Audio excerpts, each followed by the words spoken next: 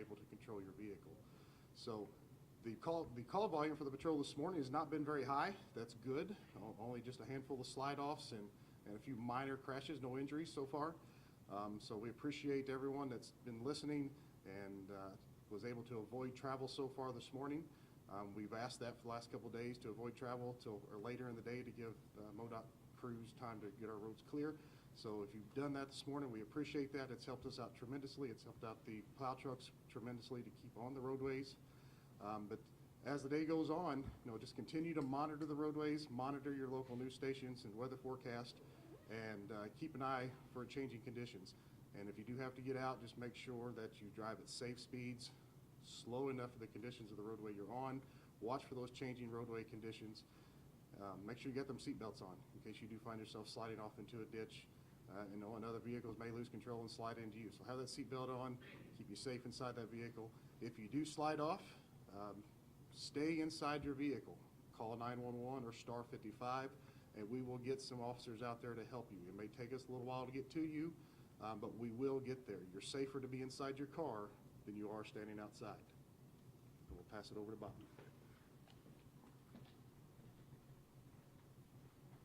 Morning, I'm Bob Becker, District Maintenance Engineer for MoDOT St. Louis District. Roads are slick out there.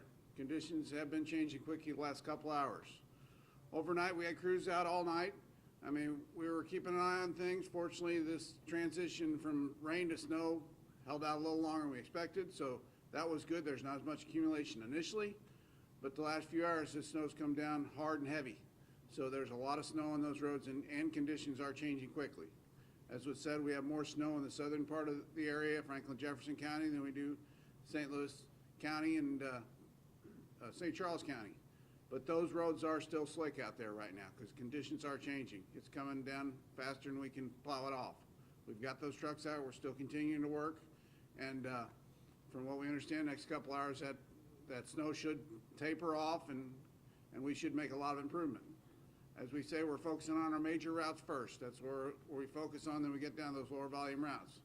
So some of those lower volume routes, if we haven't been on them a few hours, there's quite a bit of snow on them because it's come down pretty heavy and pretty fast. Like I said, since about 3 o'clock this morning, it really started going, especially in the southern part of the district. So we're asking people to be careful. As was said, your car's not going to react like it does normally. This is a wet and heavy snow. Please don't blast our plows right now because there's a lot of snow coming off the end of those plows that can affect you greatly. If you blast those plows, you get hit by some of that snow. So please stay behind our plows. Give us plenty of room to keep yourself safe and keep our employees safe. Thank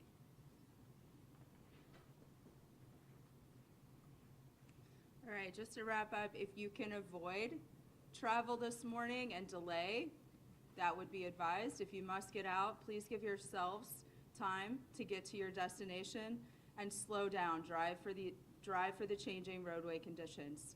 Again, you can plan your trip and check the routes with the traveler information map available on MoDOT's website or through the apps on your phone. With that, we can take any questions. Michelle, what's going to be the most challenging part for your crews to clear?